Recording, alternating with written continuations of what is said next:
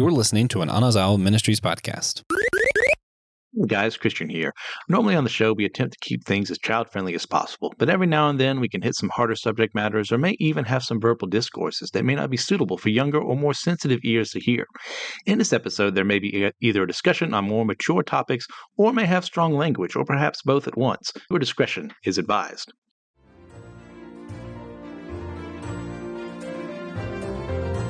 Was anyone else disappointed when they never received their owl to Hogwarts? I know I was. I'm sure my hosts here did as well. We are Systematic Geekology. We are the Priests of the Geeks. I'm, of course, your host, Christian Ashley. I am joined today by Nick Polk. How you doing, Nick?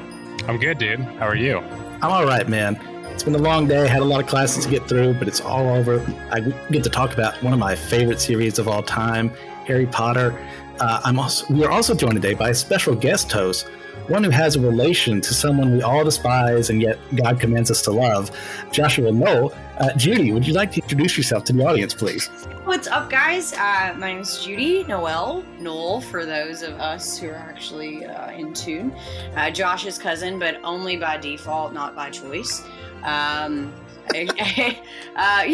the guy, but it's a little questionable sometimes. But a avid fan of Harry Potter, also a pastor in the United Methodist Church, so this is right in my wheelhouse, and I'm super pumped. Let's go. Okay.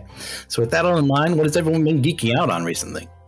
Well, I have been reading the Game of Thrones series for the first time, as well as the Dark Tower series. So I've watched the Game of Thrones TV show, and I had one friend say, read the Dark Tower series, and then I had another friend say, why haven't you read Game of Thrones? So now I'm just going back and forth. So I finished the Dark Tower series, or the first book in the Dark Tower series, and now I am on my way through the first Game of Thrones book. So, and I'll flip-flop back and forth. So that's what I'm nerding out on.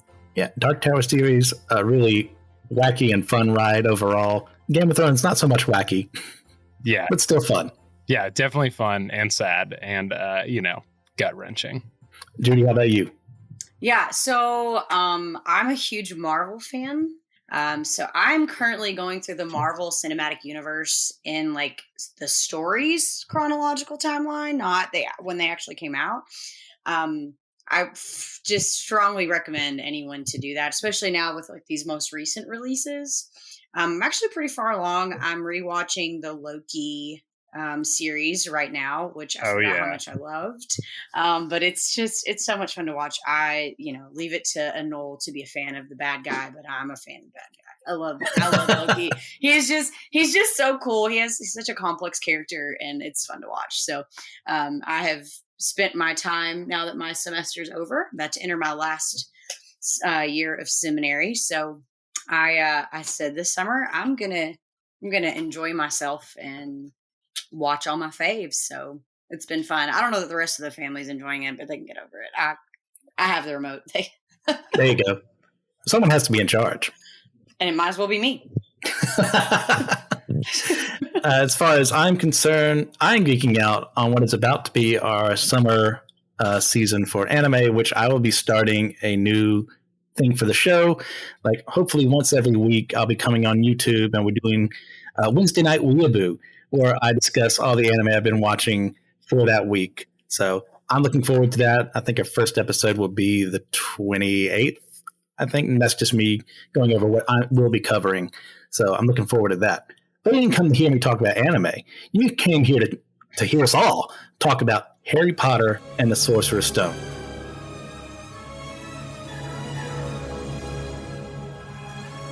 Yes. Now, guys, this world is diverse. And there is probably someone out there listening right now who has never once experienced anything about Harry Potter. Which is disappointing. I know, I'm so sorry. But we're here to help educate you. So please, help me help them figure out what Harry Potter is about. I'm in true theological form. I always thought, for me, if I was going to describe not necessarily like the story and what happens, but like what it means for me as you read through the series, not just this first book, like I feel like it's always fighting for your convictions. Like, even when it seems reckless and crazy, like if it felt right, by goodness, Harry was doing it, even if we were all going, like, I feel like it's sometimes you're like, you can almost hear him in his redneck voice saying, "Hold my beer and watch this." Like that's how it feels sometimes. But it makes for a really awesome series and a tearjerker at times too, which, makes for a good story. A little roller coaster, never hurt anybody. Nick? I absolutely love the metaphor of Harry Potter being the redneck asking someone to hold his beer while he just does whatever he sees fit. Come on, accurate. 100% accurate. 100% accurate. Yeah. And then Ron just out rednecks him all the way through. Yeah. Every time. Yeah, he's the hillbilly of the group for sure. But this isn't about rednecks and hillbillies. But it would make for a really good show. So just for the record, anytime you need somebody for that, I got you. You need to make a YouTube series immediately. Yes. But yeah, so the thing about a show, it's definitely like it's the chosen person, right, kind of character who the trope, and it's about a kid who is in a terrible situation, who doesn't think there's anything special about him, and then he finds out that all the things are special about him. That he's a wizard, he's a famous wizard, basically the future of wizard kind is on his shoulders, and then it's about him growing up and discovering himself with all of that weight and magical goodness.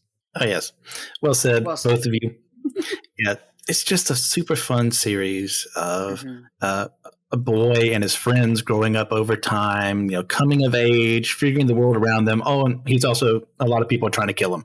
So, because of who he is and what he did as a baby, that no one really understands how he was able to stop this Dark Lord, Voldemort, who everyone was afraid of. And then suddenly some baby who couldn't actively fight against him took him down. Like, what is going on with that? So, guys, this was written forever ago. I hate to hear that come out of my mouth, but how are you first introduced to Harry Potter and the Sorcerer's Stone? Was it the movies? Was it the book? It was a mix of things. I think that originally, so I grew up in the Church of the Nazarene, which is a Wesleyan evangelical denomination. And so my family converted to Christianity, specifically that denomination, when I was like 5. And so progressively started becoming more integrated into that culture. And so that culture is more prone to be knee-jerk reactionary towards things like Harry Potter. And so as Harry Potter, the book came out, my church was on the full attack. Parents interviewing local news stations about how demons were infiltrating the schools. And my parents were like, "What's the big deal, dude? Like, it's cool." And then the movies came out and they took us to the theaters. And of course, a lot of people at our church had raised eyebrows. But at that point, I was hooked on the movies. And then I read the book series after college and have just kind of done a full deep dive since. Judy?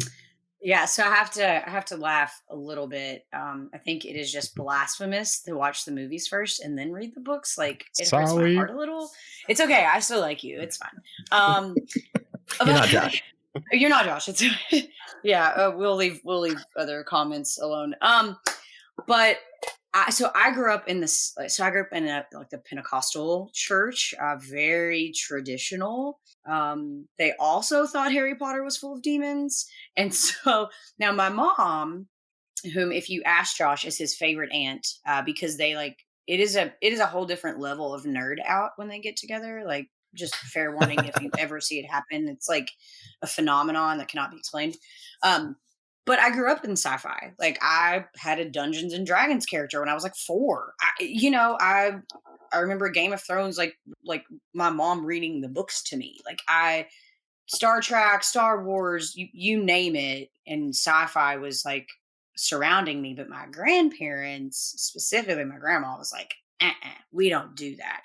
Well, we lived with them growing up. And so even though I wanted to read Harry Potter, I couldn't, not without some backlash and who wanted to do that. But when I became a teenager, I had some choice words about that, although I kept them to myself. And I read the books anyway. And I fell in love. Like, I read I like it. The Sorcerer's Stone in like 3 hours or something crazy. Like, I started it and I didn't put it down until I finished. And by then, several of the books were out, and so I just started reading through them all. When the movies came out, I would read all the books leading up to that movie just so that I could like nitpick all the things they left out in the books that should have been in the movie but weren't. So there's a deep rooted love for this series for the better part of 20 years of my life. So it is a very the laptop I'm using right now has nothing but Harry Potter stickers on the back. So this is definitely a near and dear to my heart story. Yeah, I believe I was in fourth grade. And what my teacher, Mr. Dugan, and shout out to you, man, always doing stuff like this for us. He would have this time set aside where he would read like a chapter of a book during one of the school days. And he brought Harry Potter and the Sorcerer's Stone. I knew nothing about it. Started listening to him reading. It's like falling in love with like, this is such a weird, quirky, fun series with engaging characters and everything. Like, sign me up. And that was around that time. We'll get into this later on too. But that good old satanic panic came up in the Baptist churches. And as you know, Baptist churches are always rational people who never have knee-jerk reactions to anything. He said, lying through his teeth. And my mother was more of like, whenever something like this, Pokemon, stuff like that, she'd always be like oh, well, if someone else in the church said it, it's true. She has since like mellowed out a bit as time has gone on. My dad was like, okay, yeah, I don't think it is, but I got to keep her happy. So that's how that's going to work. But over time, he eventually got his way. I eventually got my way. As my sister got into it too, we saw the movie coming out. I read the book right before that for myself, and then just kept going as time went on. Book, movie. So it's very near and dear to my heart. But what about this first book? Like, what specifically about it what made you fall in love with it? Man, I think that because obviously I am a heretic and watch the movies first, but I have to It's true. link. Yeah, it's true. I have to link my experience, like my enchantment and my draw to Harry Potter, with the movies first. And I think just the soundtrack, the cinematography, that whole world, and then what led me to the books that just deepened that experience, where it should have been the other way around. I'll admit, where I should have been drawn, where the movies would serve as a supplement as opposed to as a deepening or something. But it's just such a beautiful story, such a cool, unique world.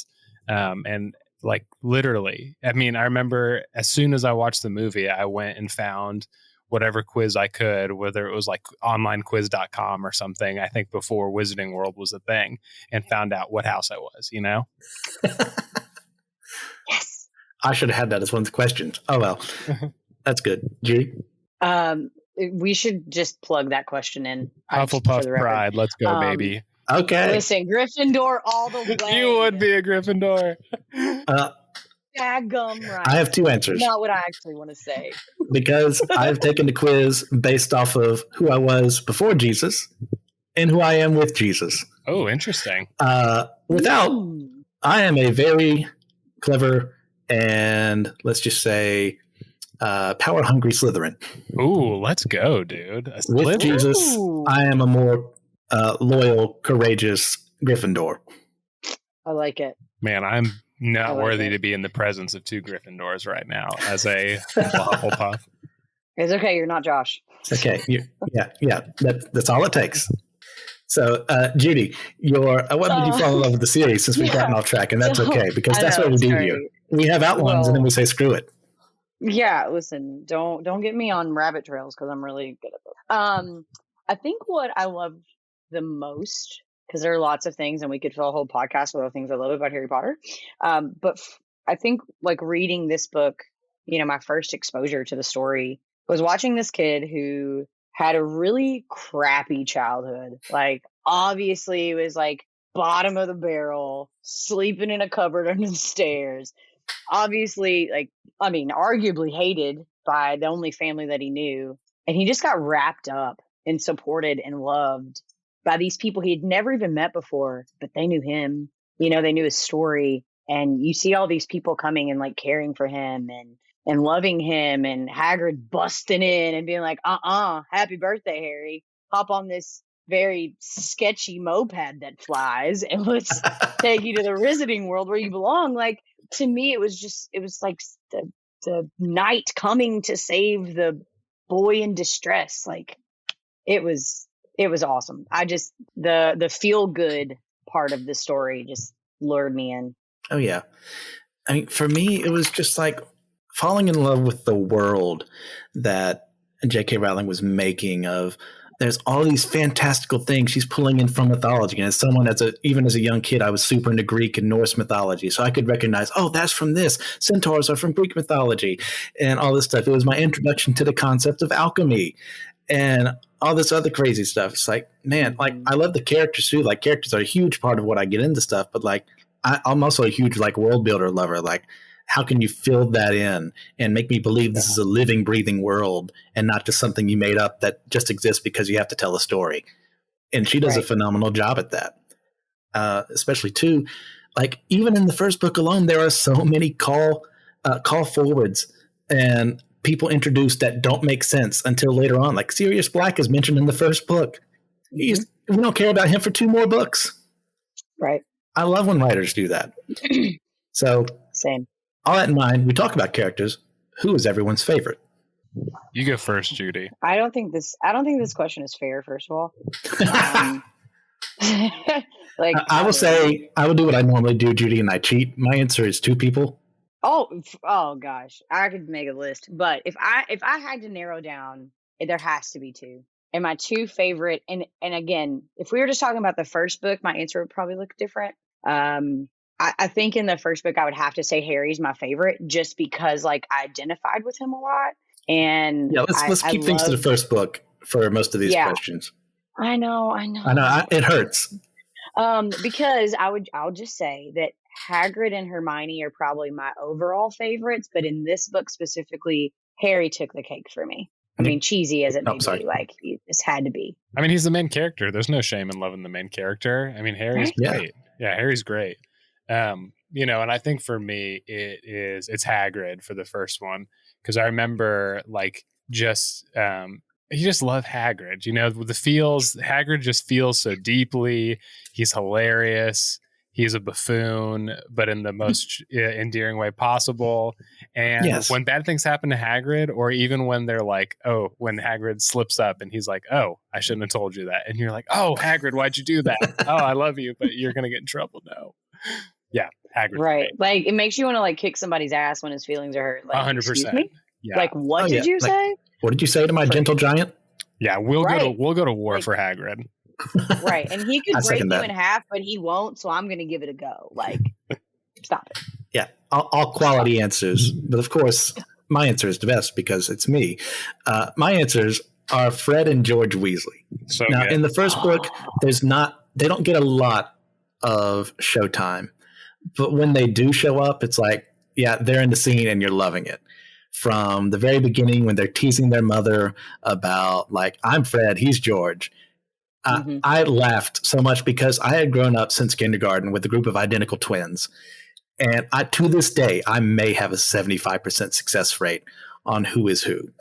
And that befuddles the mind. But just the way that they're so playful with everyone around them, not in a mean way, not in a bullying way, outside of some of what you could say what they do to Ron. But he's the youngest brother, so he deserves it. Shout out to you, Connor. I love you. And just, they're so playful. And, you know, you've met those people before at some point in your life. It's not that they don't take things seriously, but they also want to have fun with what's around them. And like the whole running gag of them like stealing a toilet seat to give to Harry near the end, like, you know, it even makes Dumbledore laugh. I love that so much. Fred and George are punk rock, dude. They're like the punk rock straight kids. Shenanigans. Yeah.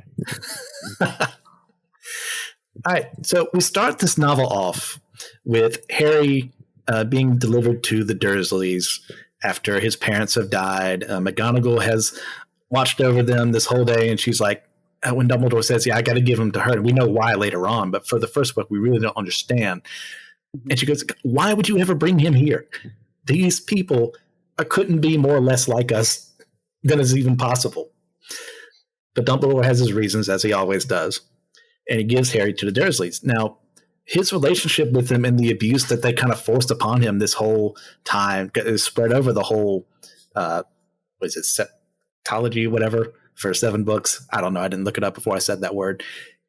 It's a huge part of it, because we see, especially early on, just how, I mean, there's no other way to put it. It's downright abusive. It is abusive to what they do to him, denying him more food, denying him a good place to live until they get threatened by the presence of the letters. Like, ignoring what will happen later for right now. So we keep the discussion to just this book. How do we feel about how this situation is handled, and what can we learn from it? That's hard to answer a little bit. When I was looking through the questions, this one I literally skipped and was like, let me come back to that, because I don't know about it. But I think because we don't understand fully why they took him to the Dursleys, because we'll later find out that really it was primarily for his protection. Yes. Nobody's going to go look at number 4 Privet Drive for him. No one's going to go there. But at the time you think, what have you done? Surely they're awful people. This was a terrible decision. Who made this? You're fired. And then you're like, oh, it's Dumbledore. Well, maybe he knew something we didn't, right? And just for the record, Dudley 100% deserved the pigtail. I just want the record to know that little shit deserved that pigtail. He should have given him a snout. I'll make him I don't even know. Give him a mud pit and throw him in it. What a little. I can't stand that kid. Can we pick a least favorite character, because it's him? I can't stand that guy. What a horrible human he is. I don't even know the kid. I don't even care. But he's also a huge product of his environment too, which is a form of abuse in and of itself. Now listen. Now hold on. Now you don't want to go down these rabbit holes. You can't pick that one because we can have a whole series just on how Dudley is a product of his environment. It's absolutely abusive, and just in turns creates another abuser. It's disgusting, but it does fit well into the context of the story. I do understand why it was stuck in there. Doesn't mean I have to like it. Nick? Yeah, I think the conflict, like you said, Judy, just adds that layer of Harry has to deal with internal home issues as well as what's going on at Hogwarts. There's this tension that goes on that makes the story so complex and relatable, I think, to us Muggles.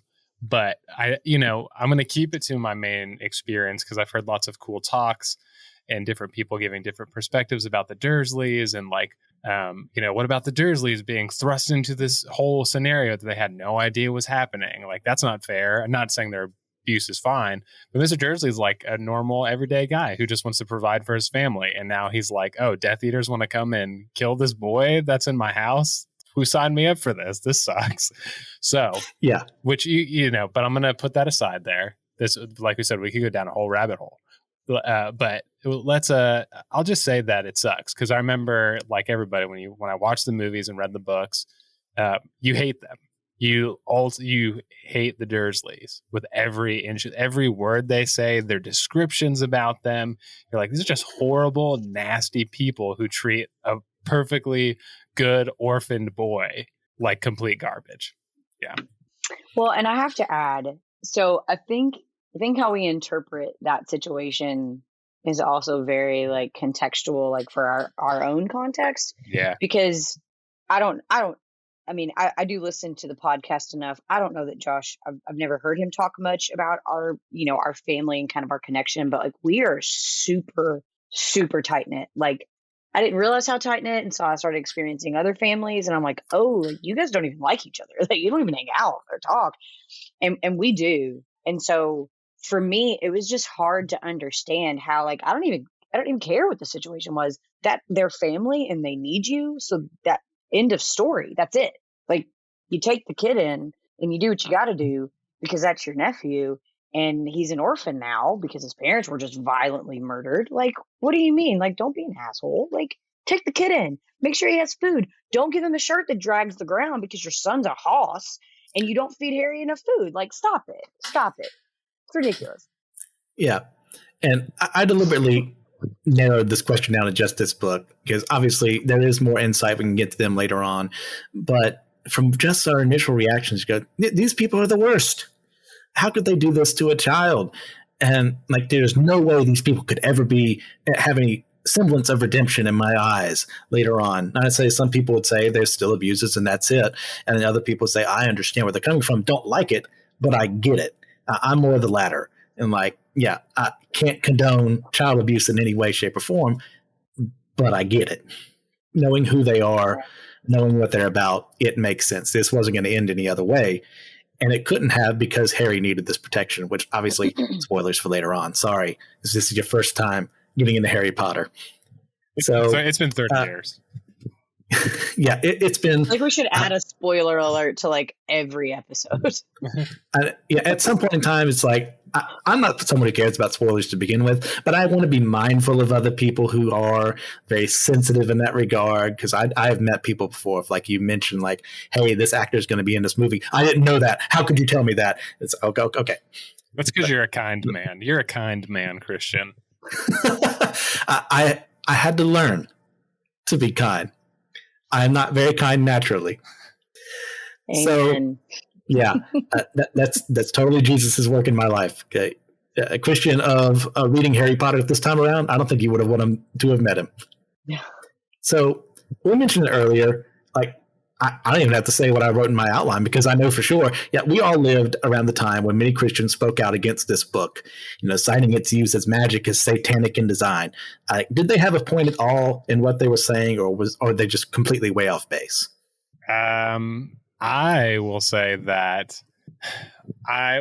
do not have a point, but that's not to throw away empathy, especially just talking about how people are brought up in the world, how they're raised and how they understand things, right? If people are raised to say like anything, I think the division, people say, if you, the verses, if you are you need to be in the world and not of it. So anything that's worldly is not of God. That's kind of what I heard growing up. And I think things are just more complex than that. I think all three of us would agree. But I think that experientially, and what the story is and book, it's a book. It's a story. Now, does it influence people and can do things? Sure. Is there maybe some negative aspects in that book that you could point to? Sure. That are maybe inappropriate. I don't know, maybe. But there's probably more. I think we would all argue that there's more positive things to extract from the story than negative. And it's a book and a story. So there's nothing satanic and weird and evil about it. Get over yourself. Read a book or two. Judy? Or 7. Yeah, or 7. And I think you're right. Like, we do have to have some empathy there. Like, I think that the people who were spewing, like, this is satanic, this is evil, like, they felt that they had a point. They felt that conviction was real and was true to how they were interpreting their personal theology, their personal doctrine. But, I think back to, like, some of the smut novels that I saw my grandmother read. At the time I didn't know they were smut, but I later learned that they were. Like, for the sake of not digging too deep into the theology of this, like, we can't pick and choose and say this is worldly, but this isn't, because this is what I enjoy and that's what you're enjoying. And that's what looking back, that's what it feels like, right? Like, we want to be able to pass blame and say this is sinful and have something to fight against, but be able to keep the things that we think are, oh, well, that's just a story. Well, so is this, and that's okay. Like, I would much rather my kids be reading stories and stretching their imaginations than I would them sitting in front of a screen watching TV or video games or whatever. So I'm a firm believer that it's no different than any other fiction. It's no different than any other TV show that we like to watch that isn't actually real. Like, it's a great story that gives you a chance to, like, find, like you said, find the good. And there's lots of good to be found in this series. Yeah, well said, everyone, on that regard. I think I probably grew up in the more hostile section of this area. I think I'm fairly certain I can say that. And it came from a place of the desire to protect. Right. But it was a coarse overcorrection, a very pharisaical, I even say, overcorrection in this regard. Because, look, it's fiction. It's not even like the biblical magic we see in Scripture. that magic that we see in scripture, we see of someone summoning someone from the dead, or pharaohs, magicians trying to replicate the miracles of Moses. It's always unnatural. It's not something like, if this were to exist and say the multiverse out there, this would be some inherent ability that people had, that God designed them that way. By the looks of it, they're kind of like the oddly, excuse me, what's what I'm looking for here? Ironically named in this regard, but they're more like D&D sorcerers. Like, they're literally born with that power. Like, there's nothing inherently wrong with having something like that. They're just different. So they had a point in the sense of we should be on our guard, but once again, it was just an overcorrection that did more harm than good. Yeah, concur. Yeah, well said. Well said. So, yeah, anything else on that? No, I like it. I don't think so. I think we wrapped that up real nice. All right. So near the end of the book, we find the Sorcerer's Stone is, well, actually, it's actually the Philosopher's Stone, but Americans are dumb, so they had to change the title because Americans would never read a book about philosophers, which I kind of get their point in that regard. So they find it's in Hogwarts. It's valid. It's valid. Yeah, if you're right, you're right. And they were definitely right. Yeah, I can make as many dumb American jokes as I want to, but I'll move on. We find that instead of Professor Snape, like we all thought when we were, 10, 11, whenever this book came out, it was actually Professor Quirrell.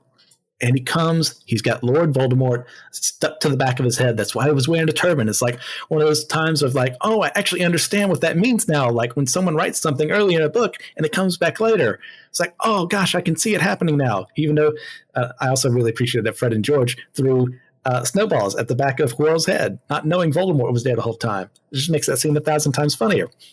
But what Quirrell says, he's actually quoting Voldemort right there in front of the Mirror of Erised. He says, there is no good and evil. There is only power and those too weak to seek it. Now, that's a huge villain line, but how do we feel about the legitimacy of that quote? Bullshit. Agreed.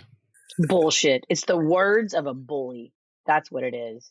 It's the way people make them feel empowered and strong so that they can push other people down. I could say stronger words, but I won't. This is a phrase that politicians use. There's different renditions, the worst kind of politicians from every which way, color, or party line. Yeah. They use words like that to say, well, who's going to wield the power? This group of people, this nation? Like, I got to do what I got to do, And that's, like you said, yes. It's gross behavior. Yeah. It is trying to justify gross behavior. I completely agree. This is someone trying to say, I am molding the world in my image, and in my pride, I'm going to say that actually this is how things are supposed to be versus like how I want them to be. And Voldemort is a very classic case of that, like renaming himself, we see later on, and trying to deny his past of who he used to be, of how he was born, of being someone that his own people would not think is legitimate as a leader because he is half Muggle born and all this stuff. Like, this is someone who is using that hurt to justify it all and say, well, because this is how the world works, I have to be this way. Better me than someone else. Yes. Which we know how that goes for people, right? I mean, it brings about Voldemort's own destruction. So there's the proof's in the pudding. It's self-defeating at the end of the day, because that's obviously not how God looks at us. And it says, compared to him, obviously we're weak, but he doesn't stay there. He doesn't keep us in our weakness. He helps us uplift us and move us past where we used to be. Like, how if God were like Voldemort, we'd be dead. Yeah. He'd have given up on us a long time ago. Right. His strength is made perfect in our weakness. That's it. So conversely, we have Dumbledore, who acts as this very eccentric, wise old mentor in his conversation with Harry and the cast of he almost never outright says what lessons he wants Harry and Ron and Hermione to learn. Like, how do you feel like this is handled within the book? And is this a useful way to teach people? I think in this book specifically, we don't see as much of it as will come. Without digging too deep into what comes in the series, really, he's barely laying a foundation at this point for preparing Harry for what's coming and for more lessons that will build on. But, we learn later in the series that Dumbledore's approach here, while we may not understand it at the time, he knew that he could not give Harry all of these lessons that he was going to need to learn because, one, it would be overwhelming. Two, it would be terrifying. Three, like, I think there's, Marvel reference here because I was just watching all of them, right? So when we look at Infinity War and Endgame, like, what does Doctor Strange do? Does he tell Iron Man, like, hey, this is what's going to happen? Like, no. He tells him, if I tell you, it won't happen. And so I think there's some value in not being as direct in those lessons, because sometimes, like, you truly have to lead people to the answers. You can't just give them to them. You have to guide them and let them figure it out on their own. And I think while there are times where I'm really angry at Dumbledore in the way that he handles Harry, this book specifically, like, I think you start to see that Dumbledore really, really cares for Harry in a different way. That, he still handles himself as headmaster. He still respects that relationship of teacher and student. But at the same time, like, he sees who Harry is and what he will become. And he's committing to being invested in him in the way that a parent should be. Nick? Yeah, really good. Especially like at the beginning, I'm keeping it to the book. Like you said, Dumbledore's is really not his mentorship and wisdom and helpfulness. Really, his book ended at the beginning when he brings him to the Dursleys, and at the end when he kind of talks to Harry after he comes out of, the dungeon. I don't know the right room or whatever. It was like the third floor corridor or something like that. Yeah. So after that, and then, you get the wise words of Dumbledore and all that stuff. And you're like, okay, this guy's something. But I'm somebody who has a harder time with I'm more critical of Dumbledore. I love Dumbledore. But he does a lot of things that are that echo some of Voldemort's tactics. He just does them for a better goal, question mark. And as I'm a big Lord of the Rings guy, that's like my thing. But Gandalf is like the ideal person who's a little more, I don't know, I hate this word, but like he's more morally upright than Dumbledore, in my opinion. And I think compare the two wizards, where I'm like, I want a Gandalf, but I don't, because Dumbledore's complexity and his flaws and his inability to see the future, which nobody can, right? These are human characters.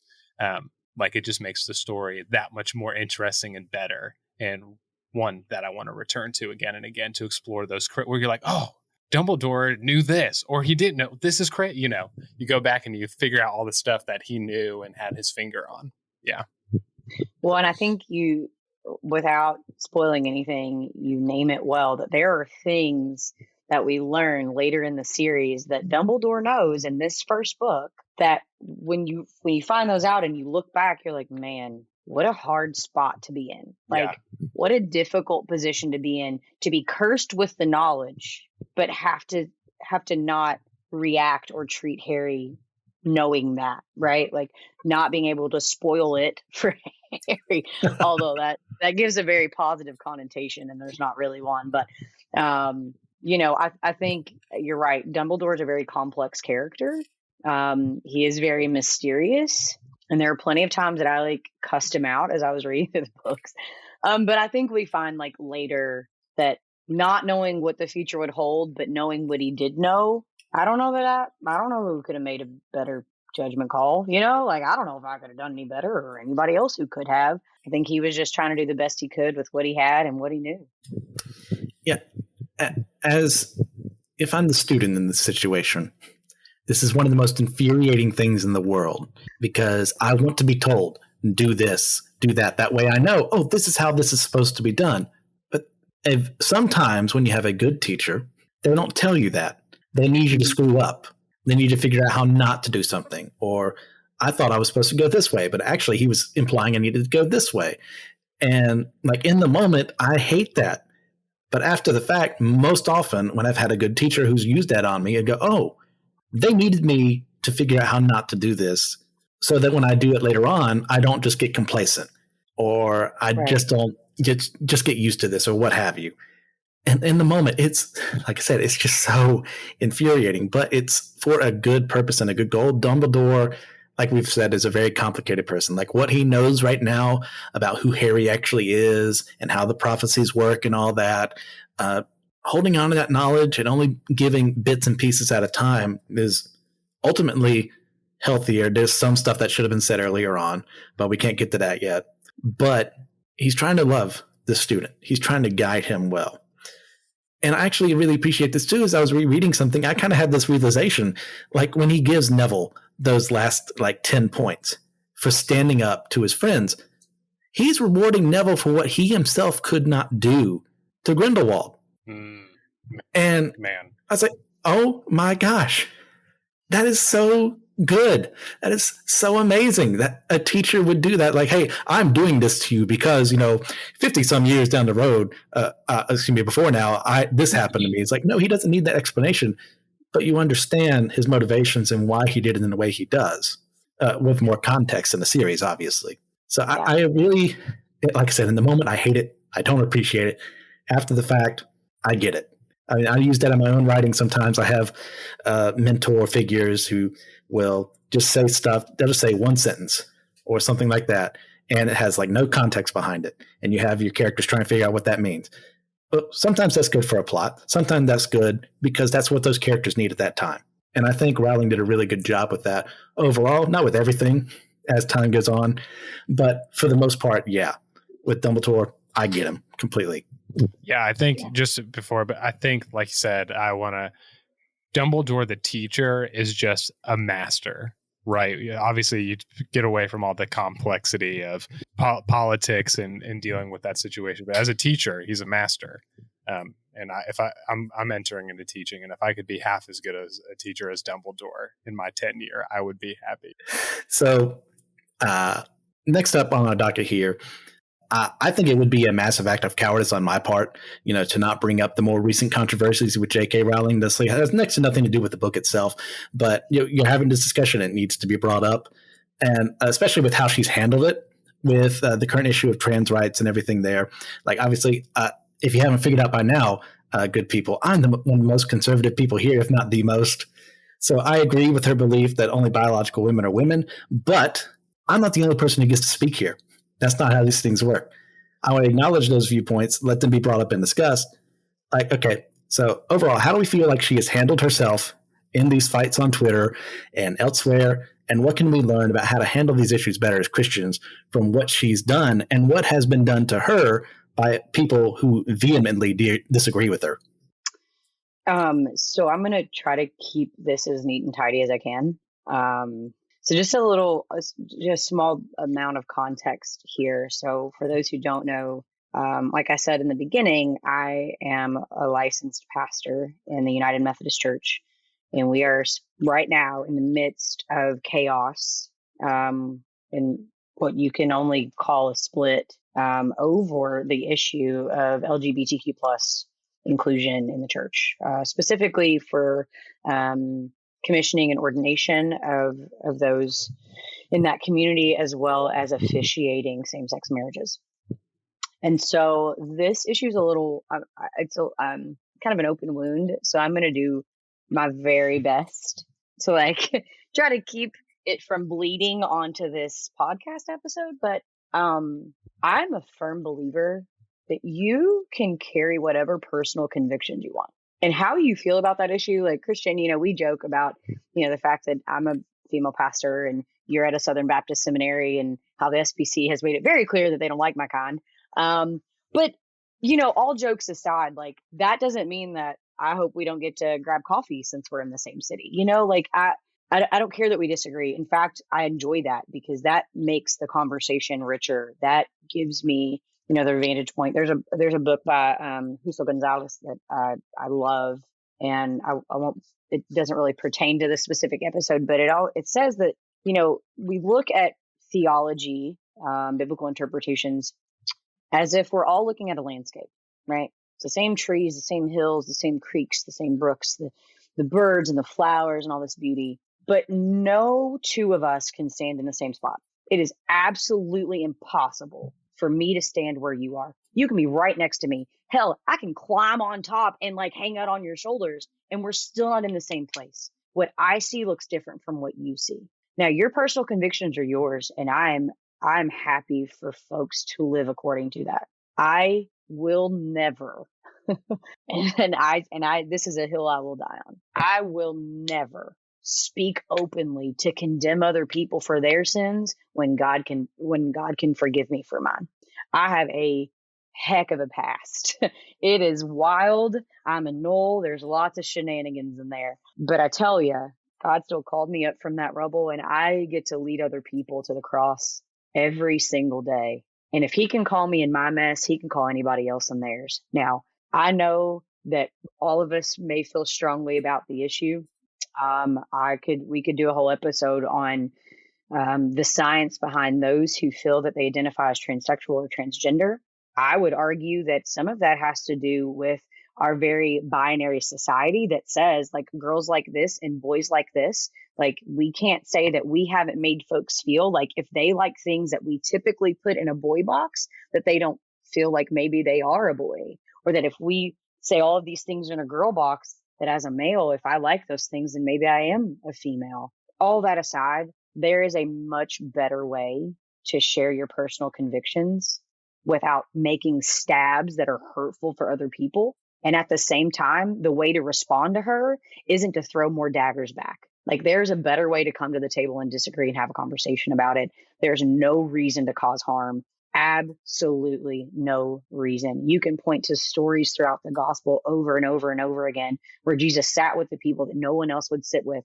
And he may have called out their sin. He may have named the woman at the well for the whore that she was. But did that change the way that he loved her? Was he mean and nasty to her? Never. Never. We can disagree. We can live two different kinds of lives.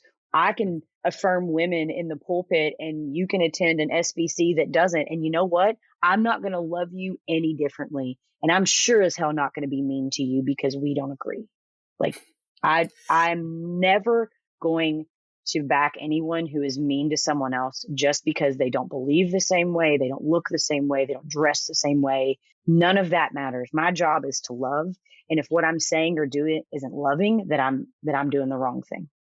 Well said. Before I get to you, Nick, And now I I'm swear off my soapbox. we'll let you speak.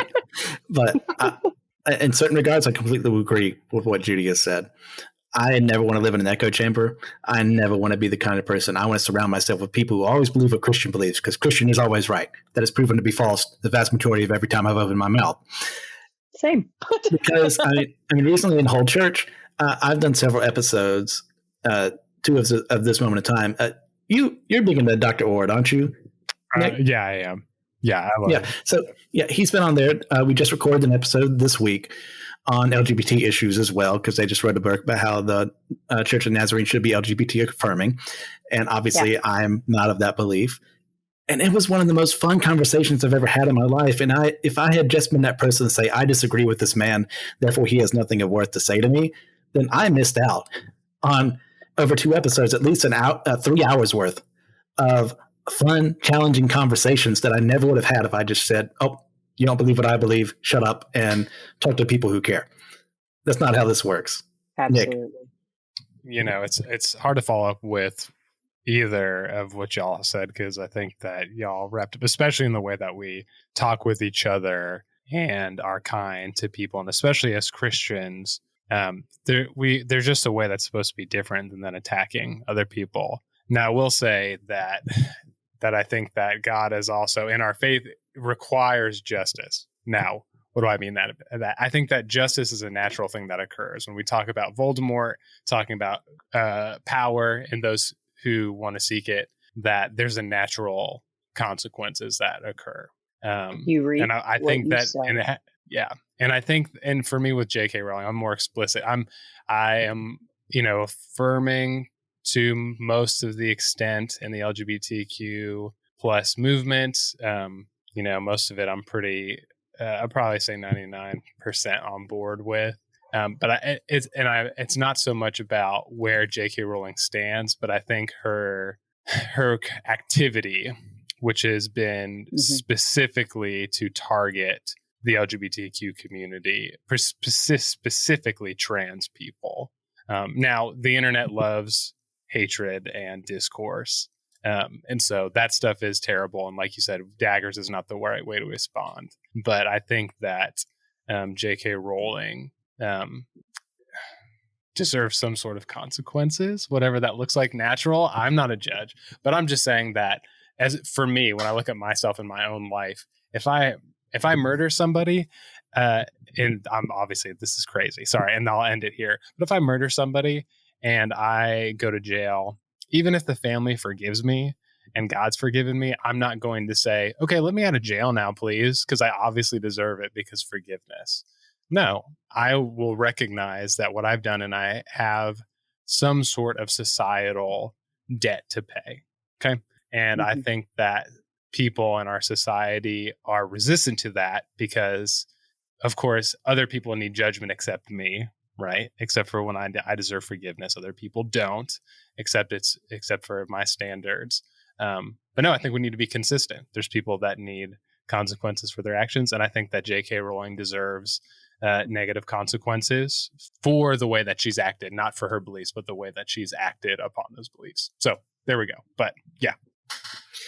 Yeah, I talked about this a while back on the What's New episode we did about the Hogwarts Legacy being announced and all that. And it essentially just came down to, like, she doesn't care right now because she can say whatever she wants because she has all the money in the world.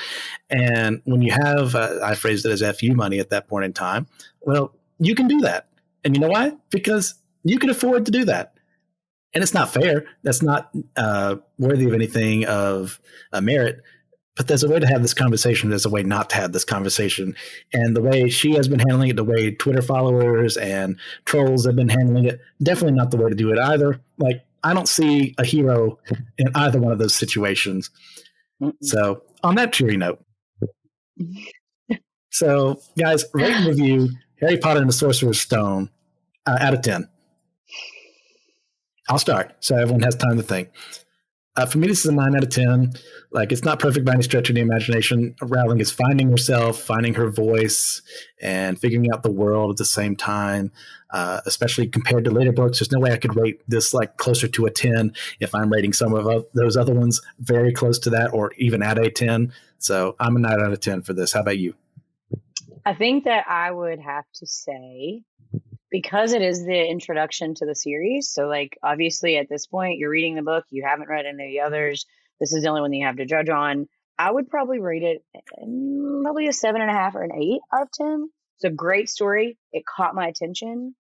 I think if it was a standalone and there wasn't more to come, that it would have left us wanting more. But now looking back, knowing what's coming, knowing the way that it lays the foundation for the story to build, like I would put it more like a 9. Yeah, I think I concur with that I really resonate with what you just said. By itself, if nothing else, 7.5, 8, but in the context of the whole series, a 9, and just with the foundations it's laid.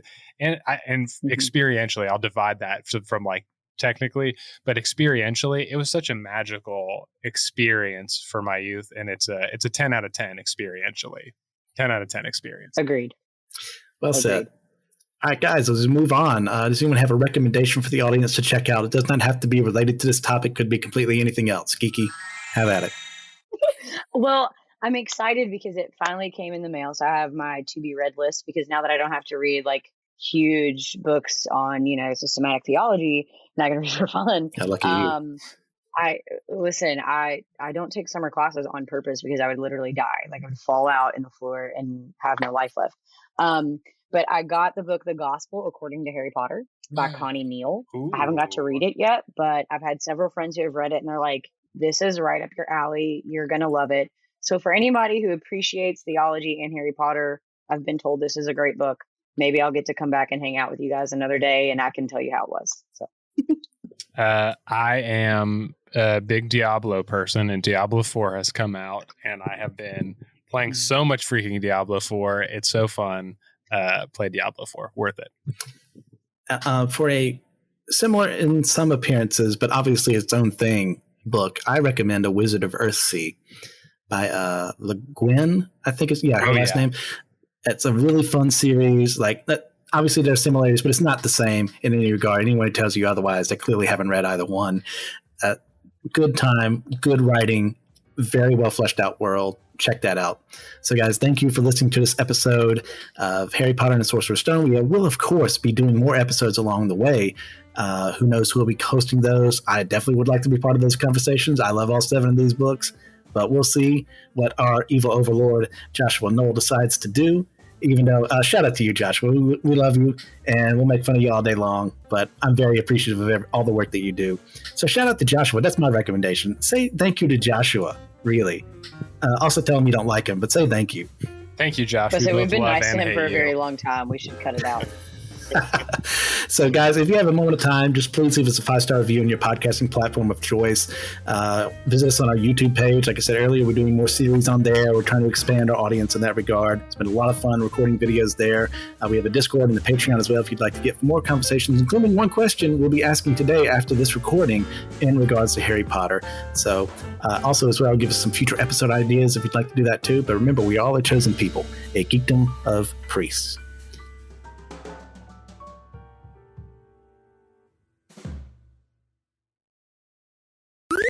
This was an Anazao Ministries podcast. If you enjoyed this show and would like to learn more about our network, be sure to check out the Anazao Ministries Podcast Network.